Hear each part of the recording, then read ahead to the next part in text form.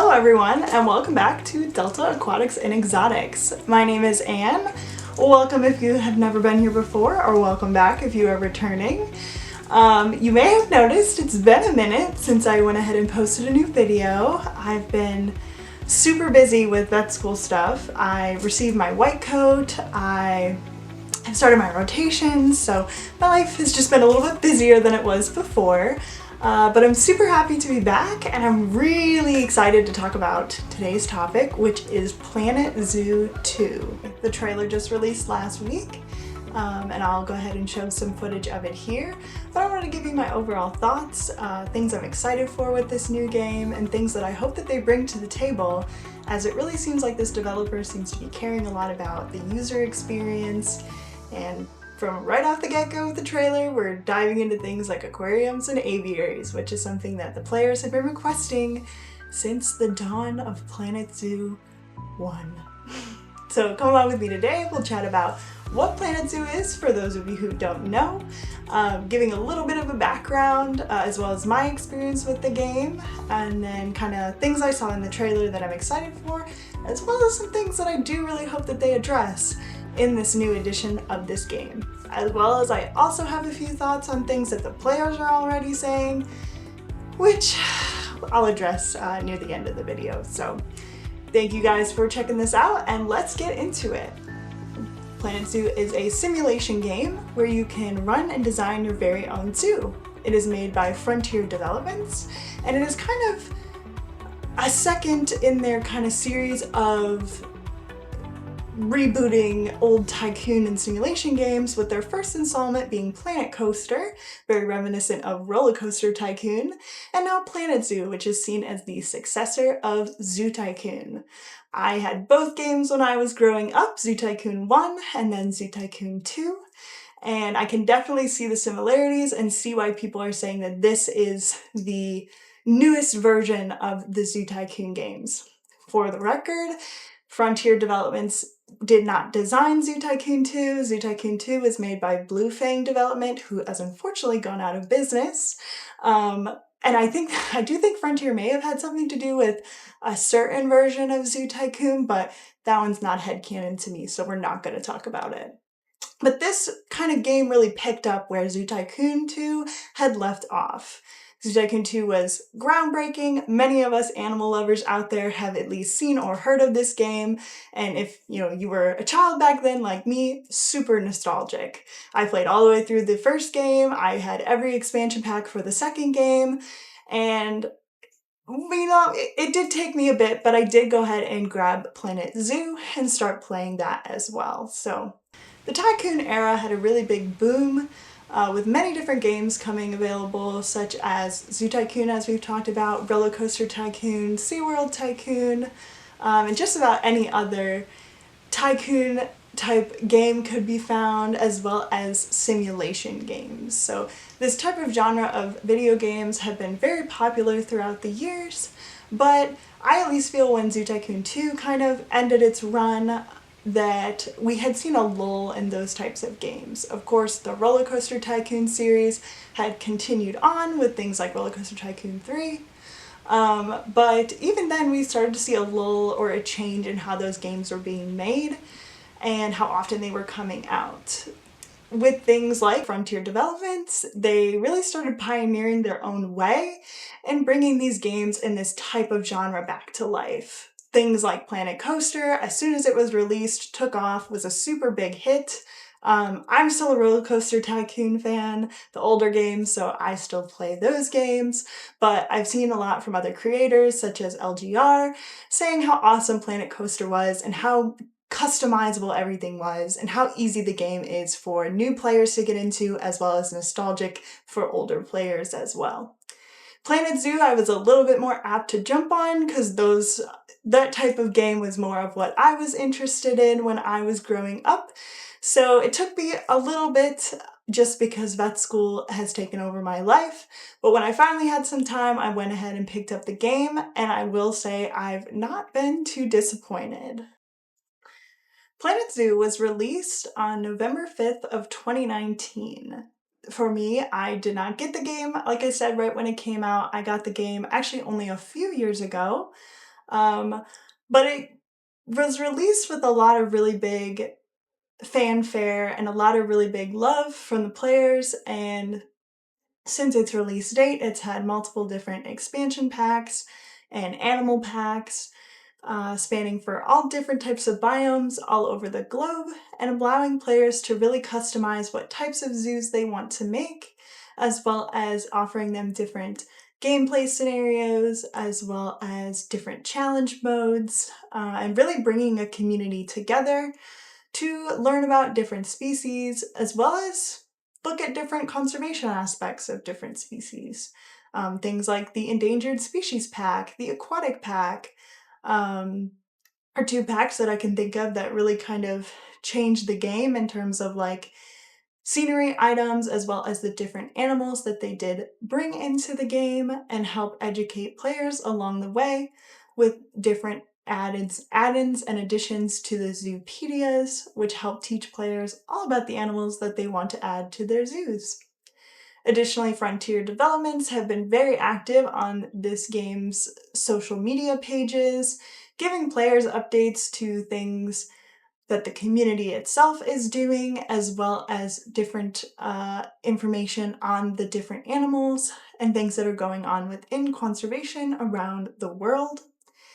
Another thing about the game, from a Steam perspective, at least for PC, it has spawned a really big player base that has a lot of dedication to creating all different types of objects for the games, as well as different blueprints that they can upload to the Steam Workshop. So there's all different kinds of everyday items, different objects, building types that the players have kind of spawned to have such a big impact on. So this community is rather large with a lot of very dedicated players who, if you want it, they've probably built it, or if you're interested in seeing even a real world zoo in the game, somebody has probably spent the time to build it.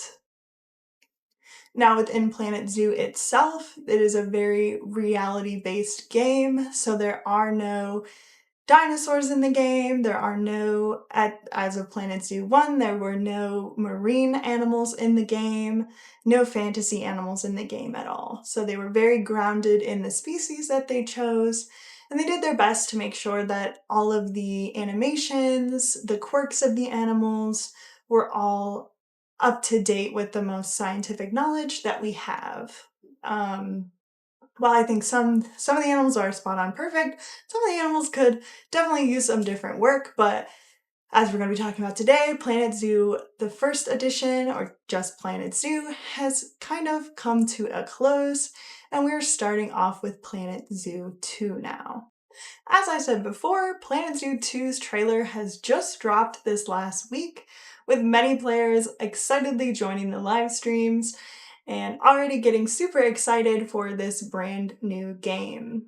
The other exciting thing is it is releasing this year. So we have a date, it's October 13th of 2026, which is super exciting because that's not that far away. The trailer did not leave any surprises. They got right into it and showing off to the players that they have listened to what many of the criticisms have been for Planet Zoo, with already showing off that they have real-world aquariums and aviaries. Planet Zoo 1 did not really feature much aquatic life. They had some exhibit animals, such as the penguins, otters, and saltwater crocodiles, but no real mention of any fish of any kind, or you couldn't really build for anything like that, or make any tropical aviary houses, because while they had things like flamingos, ostriches, they didn't have any of your free-flighted birds, so they did not have any of those options. But again, the trailer did not disappoint with showing not only aquariums, but also aviaries, which is super exciting as this is a brand new addition to the game. Additionally, in the trailer, I think that it's very, very cool. They are also introducing potentially a new game mode, or at least a new way to play, which is with nature preserves, where you can release animals out to the wild, or maybe even just build a park that is more naturalistic, something that I've heard players talking about already, which was a feature in Zoo Tycoon 2, with the endangered animals pack. They did have little reserve type areas that I think that this game is attempting to bring back and bring more forward into this new edition. As stated before, the Planet Zoo franchise is staying very real world or true to life. Unlike Zoo Tycoon's past, where they had extinct animals and fantasy animals, this game does not currently have any of that, and they're even kind of stating on the Zoo Tycoon 2 website that they're not really even including things like dolphins or whales, just because they're looking into the ethics of those animals in captivity. Now, some players may have mixed feelings about that, me myself. I'm kind of torn about that because I think that while it is something really important that we need to be educating people about in the real world, I don't know exactly how much for a game we need to be fully mimicking the real world, because even some of the animals that they do have in the games, they're not necessarily common to be in captivity, and we don't exactly know for each of those species how well they would do in captivity. And then I also wonder or worry, is it a tiny bit of a slippery slope? Because there are things like the Asian and African elephant, which are in the game, that many people are calling for changes with how we keep them in captivity. So how far will it go? Will they be in the game eventually? I don't know. I would see maybe it could be some sort of DLC type content where if you really don't want to have dolphins and things in your game, you don't have to. But if you do, you would have to pay for that sort of DLC. And I also think that if we go ahead and do that route with the DLC, I think it really opens people up to designing parks and designing enclosures that are much more engaging for those types of animals, and can allow the players to get really creative and see, maybe where in real life we could change and adapt some of those animals' care in captivity.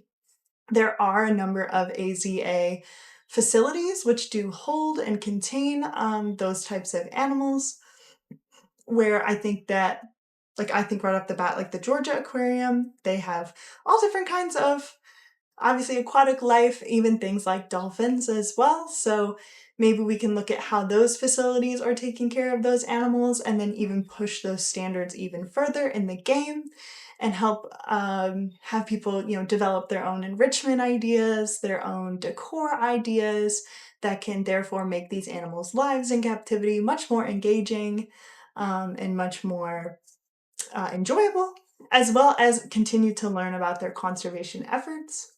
That was something that I will say for Zoo Tycoon 2 specifically. I guess also the original Zoo Tycoon, they had so many fun aquatic life that you could have in your zoo, which I think to a point people kind of understand that it's a game. In Zoo Tycoon 1, you could have sperm whales, which were huge, giant squid, a colossal squid. Like, I don't think anyone would think that you would see those in your average zoo. So I think there is a little bit of you understand that it is a video game, but I understand their hesitations and not wanting to, promote something that could be seen as a negative. But some people are anti-zoos as a whole, so I don't know. I just think it could be really fun to give players that chance to really, really dive in and be super creative with our aquatic animals. Additionally, they've introduced aviaries. We're not quite sure the mechanics of these yet, but in the trailer we get to see some toucans flying around and interacting with different objects in the habitats, such as like jumping around on the walking platform, as well as we see a secretary bird and we do get to see them flying. So I think it's super cool to not only get to incorporate all these different avian species, but I would love to even see to what extent and to how many of these species are we going to get, and what are their requirements going to look like, and can you combine different enclosures? Can you make just like a full zoo that is like a big aviary that includes a bunch of other enclosures in it? I think that could be super, super fun. And I'd be very curious to see how the game works with those features implemented. I have a little bit of a worry for not only the aviaries, if they have like the smaller birds like budgies, as well as for the aquariums with their smaller fish. Are we going to have to individually purchase all of those birds and fish and place them? Or is there going to be like a flock setting or like a school setting for the fish? How is that going to work? Because in the trailers we do see a really nice aquarium with a hawksbill sea turtle, a mola mola, and then various different smaller species of fish, with even some different species of fish being available only for the pre-order. As well as a shark. But that's like really interesting too, to see how are those going to work in the game, especially since we do have the exhibit animals. I'm curious to see if you make a habitat animal. Maybe I'm having that backwards. Habitat and exhibit? No, I think I'm right. Exhibit animals, habitat animals. The larger animals, and I wonder if the exhibit animals will just be little add-ins to those habitats, or if there's going to be a whole new tab for them. I'll be curious to see how they end up working that in. Alrighty, so let's get into some of the things that I think about this trailer. For one, I really appreciate that they did not drag out the trailer. They were very purposeful with what they showed and how they showed it, and they really delivered to the players, hey, we've thought about what you've said, and we're going ahead and we are implementing it.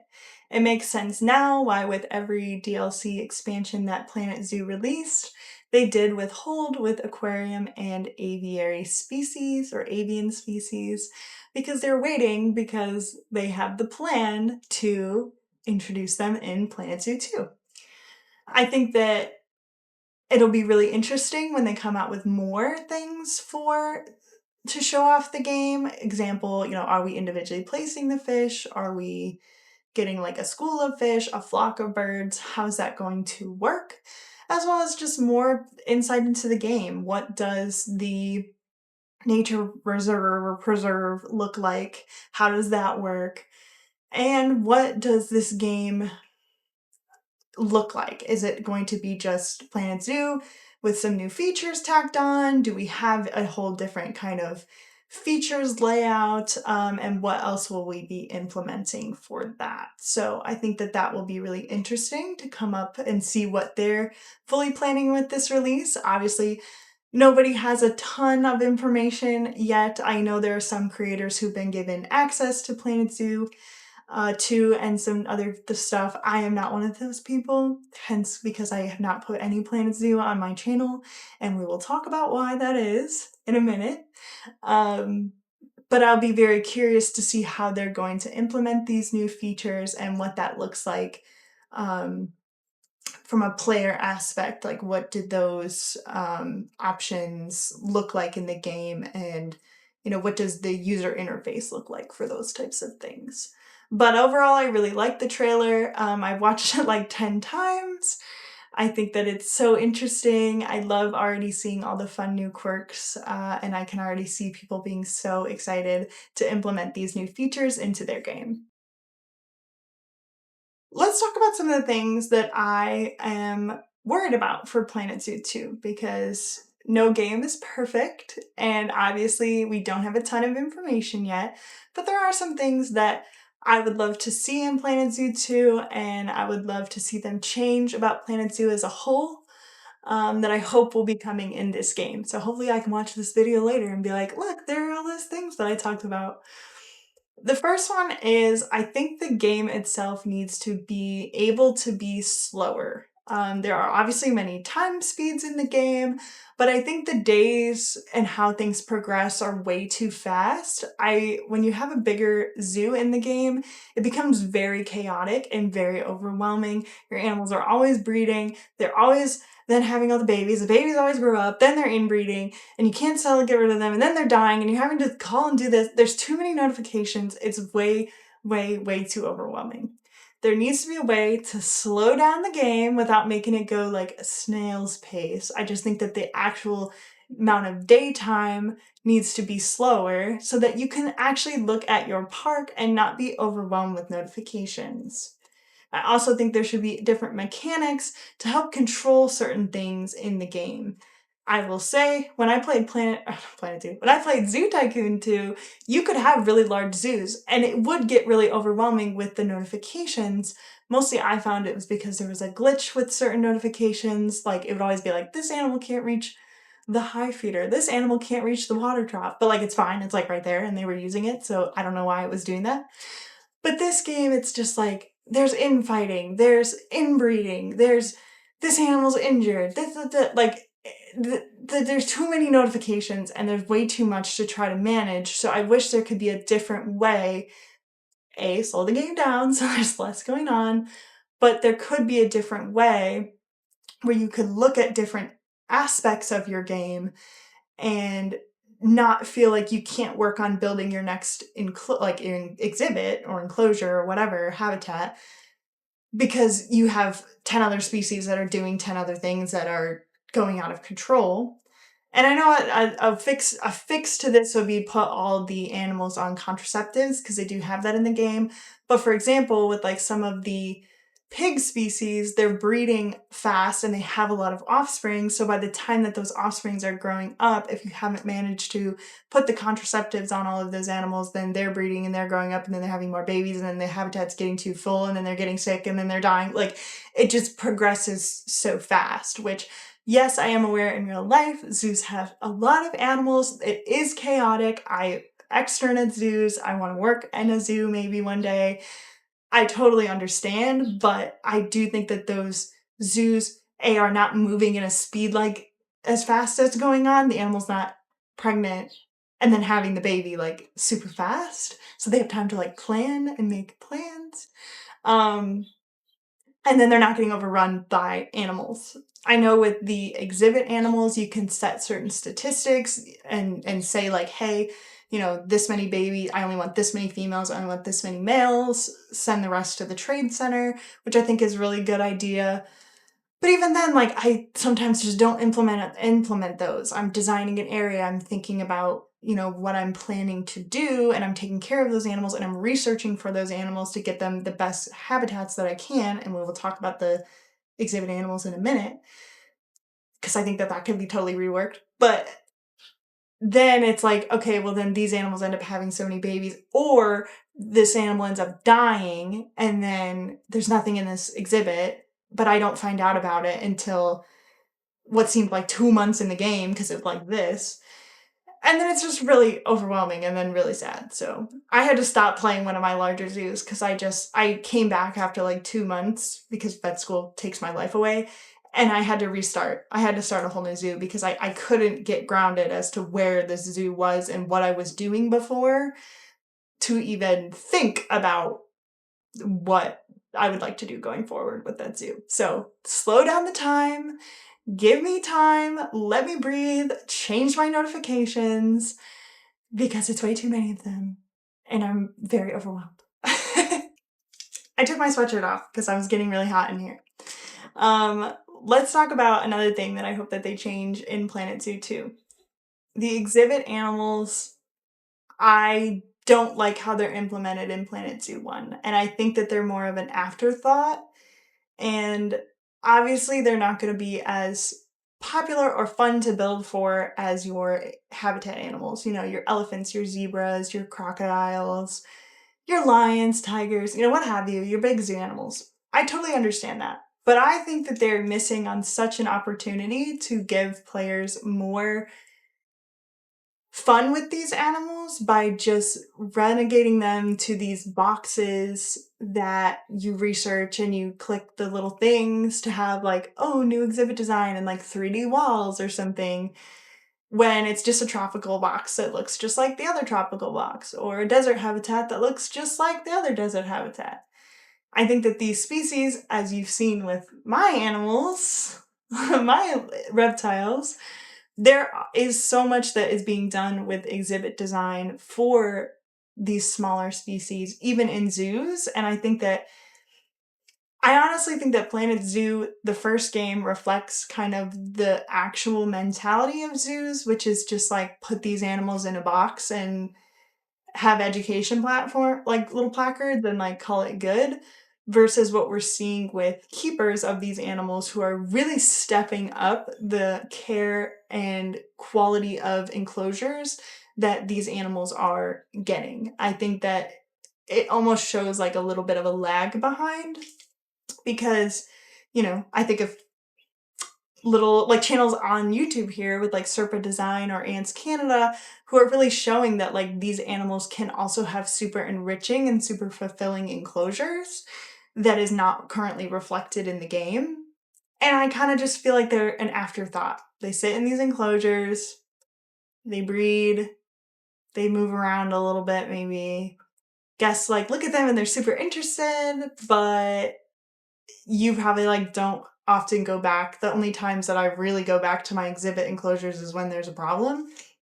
And there's probably a problem because the habitat's dirty, because all the notifications happen and there's so many of them, and I forgot to set the statistics to put them to the trade center, so then there's like 100, and then that's an over exaggeration, but then it's dirty, and then people are upset. Like, there could be so much more to do with these animals that I really think, and I hope that with the addition of these aviaries, we're looking at different ways to build for some of these creatures.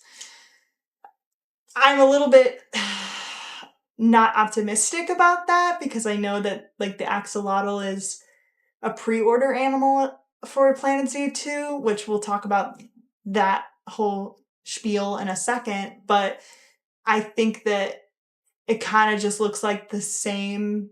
I mean, obviously it's the same animal, same like design, because the axolotl is an animal in Planet Zoo 1 as well. But I just wonder, are we actually going to see the ability to build for these animals, or at least design things differently than they currently are in the game? Because I would like kill for that. Kill for that. Also, I think we are missing so many species, and I don't have every pack for Planet Zoo. I don't have the money for that. Well, I guess I do now because they're going to be like cheap, but I'm not going to have all the money to buy all the Planet Zoo 2 expansions, even though now I'm really going to want to because I'm actually up to date with the game, unlike before. I hadn't bought it until a couple years ago, so I was just like, I looked up like, what are the best packs to get?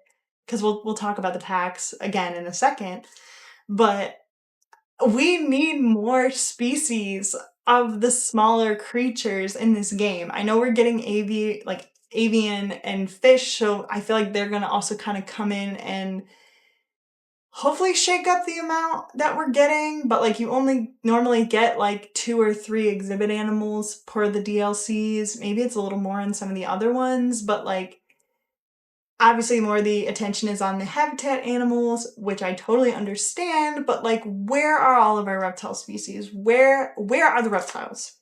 There's like some. But like where? They've got the big venomous snakes, like okay, great. They got the big boa constrictors, like okay, great. But there's so many species out there and there's so much opportunity to learn about these animals, even things like amphibians who are like really going extinct. And they do have some amphibians, I'm not saying they don't, but like there's so many different species out there that could be implemented into this game. And I really am a little worried that with the addition of the avian and the aquarium or the aquatic life, that they're going to be pushed out even more, which does tend to happen even in your real life, real world zoo. Like you have a reptile house and it's cool and all, but then they have like all these other things, and it doesn't have to be all about the reptiles, but I just feel like a game that wants to live true and like really help with conservation and education. I feel like Planet Zoo 1 falls short of my expectations. And I should say, like, Zoo Tycoon had like nothing. So I'm not saying that that is the better game. We are blessed with what we have, but I think if we're looking for improvements to go into this new edition, I would want to see not only that those aquatic and avian species are coming, but that they're not going to completely overshadow our exhibit type creatures. So our reptiles, our amphibians, our invertebrates, because they are kind of like a big backbone of a lot of ecosystems, and like it would be so cool. Again, it could be in a pack that I just don't have, but like ants. Ant exhibits in zoos are super awesome and super cool and super complex, and I would love to see if they could put something like that in the game somehow. And if they already have it, don't roast me, I don't know. But that would be really, really, really cool. So that's kind of where I'm at with like things that I'm hoping to see in Planet Zoo 2. I want to see different notifications, a different time schedule with the game, and I need ability to build differently and house differently our smaller creatures, and we need more smaller creatures. So that's kind of 4 things that I would say are on my list of can I please have. So let's talk about the way that Planet Zoo introduced new content to the game, which is through DLC, or through the buying of new packs. Planet Zoo 1 had so many different packs that they released throughout the years of its run, introducing new areas, new concepts, things like the Conservation Pack, the Europe Pack, North American Pack, Arctic Pack, and not every single pack was a complete hit. There definitely are some packs that I've heard, are not really worth it for the price that you're paying for them. But I find this type of model for these types of games to be a little bit interesting. I completely understand why they do it the way they do it. These developers are incredibly dedicated to the look of the game, the habitat, animals specifically, how detailed they are, the animations that they put in, the time that they put in for those animals. But it's sometimes hard to justify buying a pack like that when it's like you're only getting like 4 to 6 habitat animals, which again is a lot of work for developers. I'm not trying to knock that at all, but it's just discouraging when if we're thinking about its successor, like Zoo Tycoon 1 had Dino Digs and Marine Mania. Marine Mania? I don't know if that's what the Marine pack was called I know it was Dino Digs. I don't know I think it was Marine Mania, whatever. Then they had the complete collection, those 3 things together with some extra couple little things. Boom, you have all the creatures, you have all the things. And they have like so many animals that you can pick from and design for, and so many different maps that were just already there. Now that game is older and was not being updated, and the graphics I still like Zoo Tycoon 1's graphics. I think it's timeless, but that's just me. But then you run into Zoo Tycoon 2, and Zoo Tycoon 2 had a little bit of like what I call the Sims syndrome, where like you hit Sims 2, because Sims 1 had packs as well, but like Sims 2 had like a lot of packs, and then Sims 3 had like a lot of packs of new content to purchase for $40.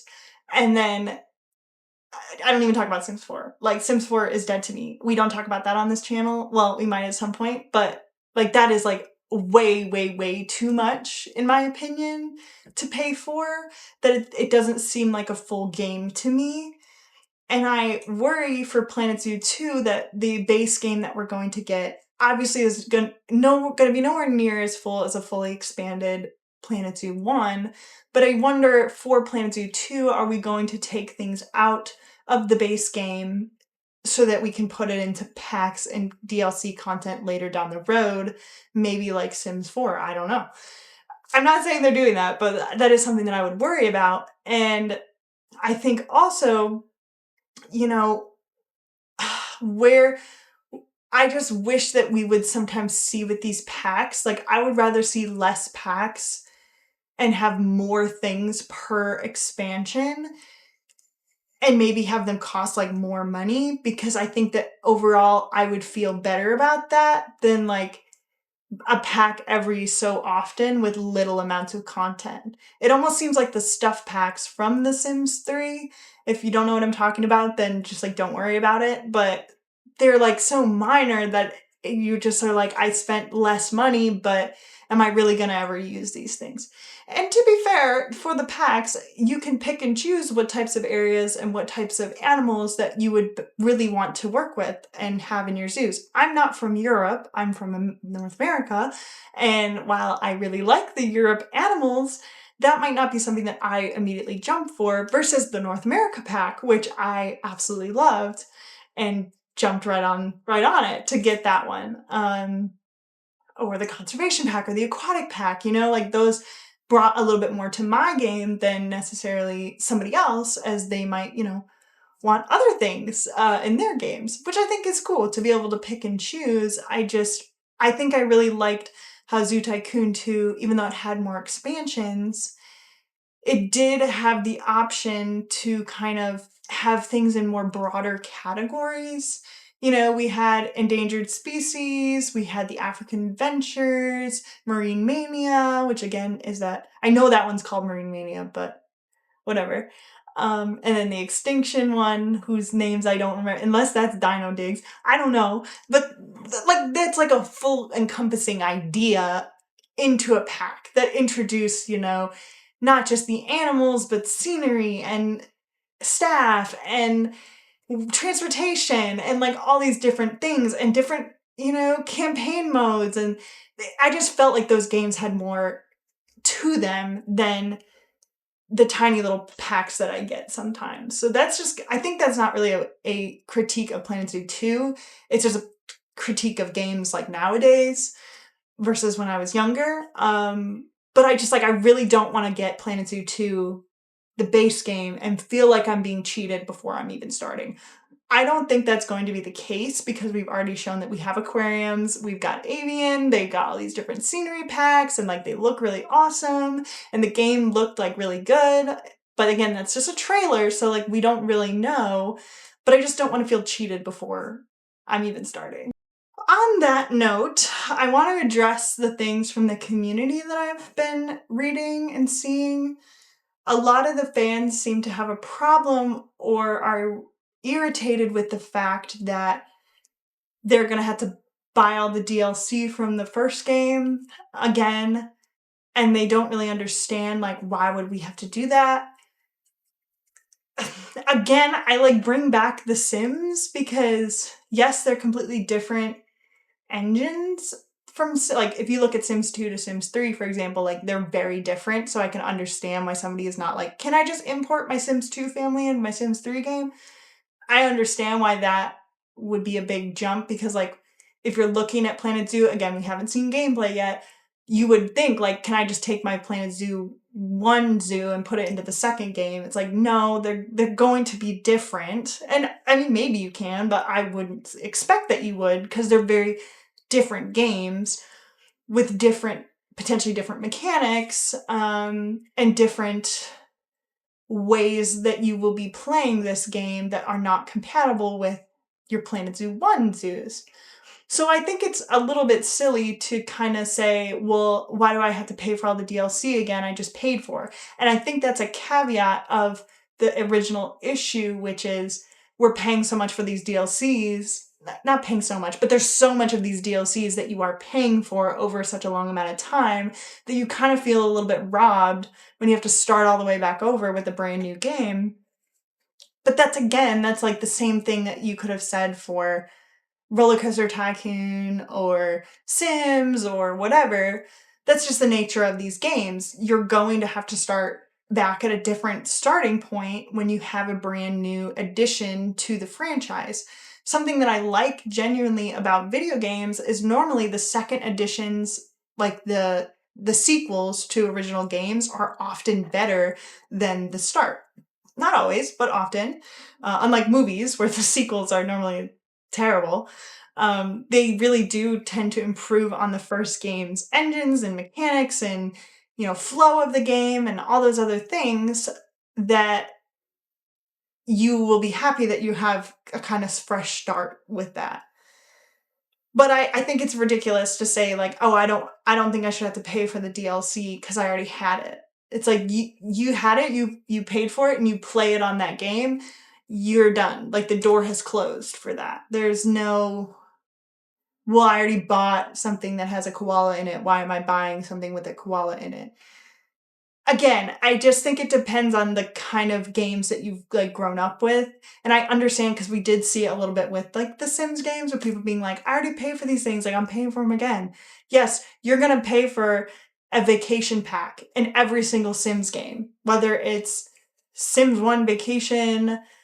I don't remember what the Sims 2 Vacation, I think it was Vacation Life or something, Island Paradise for Sims 3, and then Isla Paradiso is the name of the thing in Sims 3. I don't remember what they called the Sims 4 because it's dead to me. I don't even believe in that game. But you're paying for the same thing multiple times, but you're paying for it so that it can be an addition to the new base that you're playing on. So I don't really understand where the community is coming from that. And I think it's a little silly. Additionally, I don't know. People are kind of still like, I've seen so many people being so excited and so happy, like they're listening to us in the game, Avian, and that's awesome. Like, I agree. Like, they really took our feedback into consideration when making this game. But then I'm also seeing people being like, well, why didn't they put it in the first game? Why is it in the second game? It's like, because it's a different game. Like, they're doing things differently. That's the point of having a sequel to the game. So that's like the point, you know? Like, that's the point. They're introducing it in this new game. And I know you've spent all this money on the game, and I totally understand. These games are not cheap. The pre-order for this game is not cheap. I think it's like 70 something dollars. But at the same time, these developers have put a lot of time, effort, they put a lot of money into this game. They put a lot of just effort. They got marketing now to market this new game. Like, they're not just throwing something out there, hopefully. And also, like, we want our developers to like be paid well and like live good lives, you know, like this isn't the special effects industry in the movies, you know, like we're trying to not make people like want to hate themselves and hate their life. So, I think that's important. But it is, I'm not trying to diminish the fact that these games are expensive, and like it is unfortunate to then have to be like, well, they're gonna nickel and dime us with this, this, and this. I'm like, we don't know. We don't know. We don't know what the DLCs are gonna look like. We don't know what the format of that's going to look like. I hope that I don't see how, but I hope that they would do more big, broad expansions, but I don't have a lot of faith in that, but I would hope. Um, but I think it's just like we got to give this game a chance. You know, we got to go in with a good heart, which most people are. Most people are very excited, which is good. Um, but just like let the game come out. Like let it come out. Then you can see how you feel about it.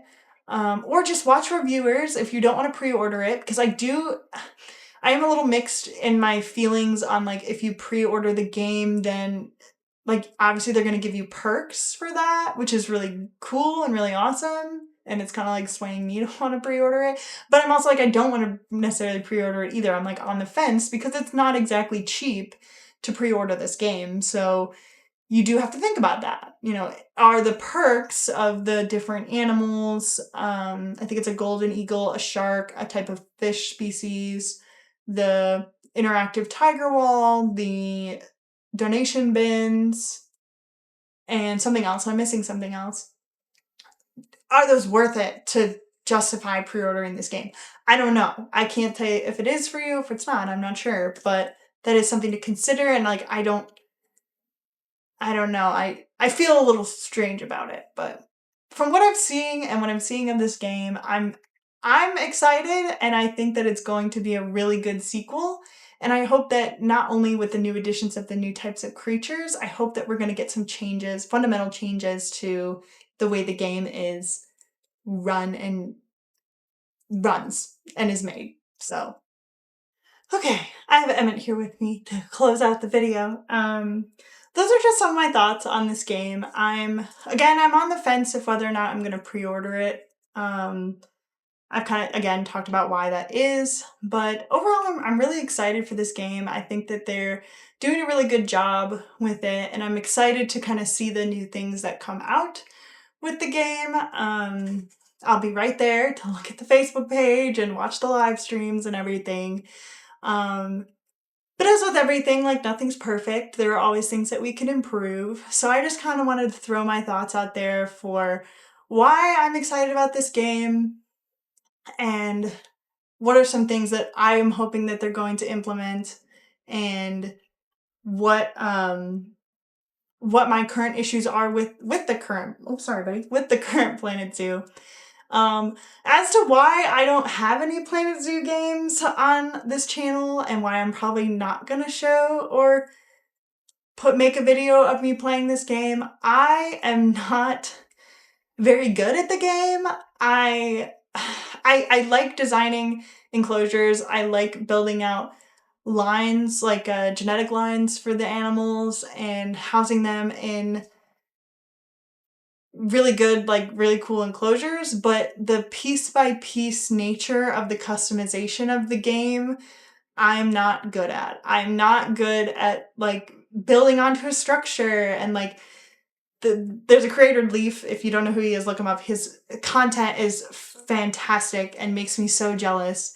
He is a brilliant builder of like the buildings and stuff. I swear I could try to make a building. It's going to take me 10 years to finish that building. I'm not good with the quick keys. I'm not good with just press this and blah. I don't do that. I'm a very much a Zoo Tycoon 2 type player where I really like the blueprints. I like focusing on animal happiness and trying to create really cool exhibits. Like that is something that I would spend my time on.